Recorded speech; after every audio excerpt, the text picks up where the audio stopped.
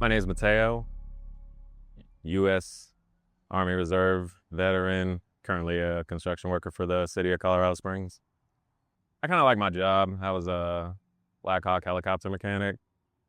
Yeah, my dad was a Army veteran, 20 plus years. I wouldn't say the expectation was for us to join, but it was kind of like me and my brother were raised as if we were in the Army. I'd say my brother didn't really have a choice. He joined right after high school just to get out of the house, and because he couldn't afford to go to college at the time. My parents hadn't saved up for it. I went for the reserves because my dad still put an emphasis on college, so it was just for the education benefits mainly. Yeah, I kind of inherited a family that was not good at talking about emotions or mental health in general. Like 2 or 3 years before I was born, my parents had lost my sister in a drowning incident. So they were they never really dealt with it, I don't think. And it put a lot of strain on their marriage in general. And I was born out of that. Yeah, it was always kind of a taboo subject. Like, I never really asked them about it. And I have an older brother who was only like 2 or 3 at the time. So it was just something we never really got to talk about. So my parents were always very, I'd say, depressed mostly, or at least my dad definitely.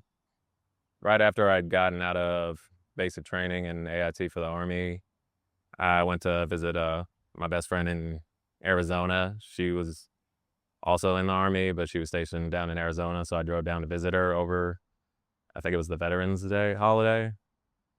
And I was like 20, so close to of age for drinking. Just shouldn't have been drinking. But incident happened, and essentially I had gotten I I had gotten blackout drunk because it was my first time drinking. But when I woke up, we essentially woke up in bed together, and she already had her history with sexual assault, so she had assumed something had happened. So that kind of sent me into a major depressive spiral. And we didn't talk for like a year after that. But over the course of that year, I actually kept on drinking more and more.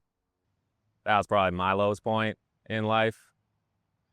That over the course of that year, because I was contemplating suicide for most of that year and beyond. To the point I was hanging out with my college friends, and I like broke down crying at a club, and usually my friends who were so used to seeing me so stoic were very flustered and confused about what to do. So they'd actually got mad because I act like nothing had happened the night before. But when I finally told a few of my closer friends the real story of what was happening, and that was actually when I decided to go to that first therapy appointment. And I had gone to therapy a single time before then. It was immediately after a traumatic event in my life, but I guess it just wasn't the right fit, and it cost a lot. It was like an hour session. It was $150, and I was like, I can't afford to do, yeah, because I was in college at the time. So I actually found out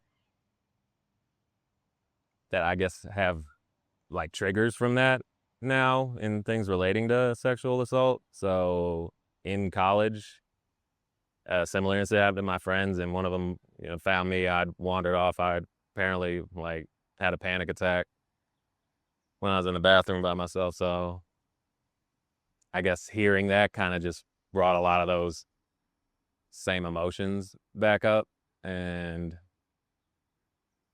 it was hard talking to my friend again because we'd been friends since like second grade, and we were still pretty fresh out of high school. I mean, like a year out of high school. So we don't get to see each other as often because she's still stationed in Arizona, and I had to go back to college. So after that relationship failure, I ended up living with my parents again, so it kind of felt like life had just circled all the way back to square one. So it was like, if we're starting again, got to do something different, dramatically different, if I want anything to be different than what it was the last several years. So I was also a bit more patient with the process, because it was clear it's like, this isn't just like one doctor's visit. Here's a prescription for treating, whatever sickness you have. It's more like you got to check in.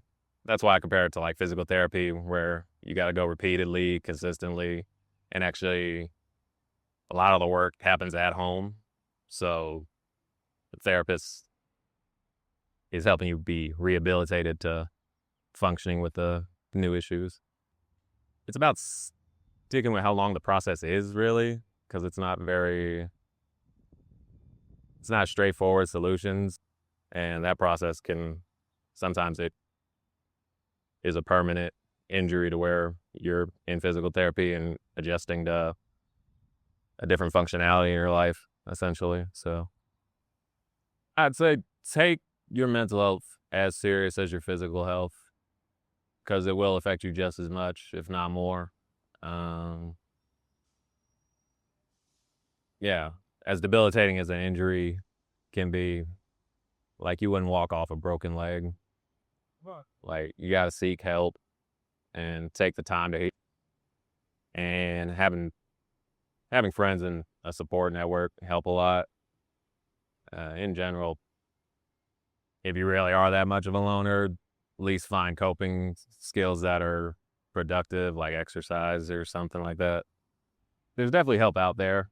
And even just starting with looking up symptoms of things like depression, anxiety, there's lots of information and things that you can do even to just assess yourself, like all over the internet, books. So you have to start somewhere. Yeah.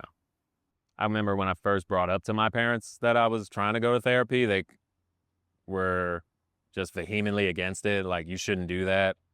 So it's basically starts with what is their association with the thing.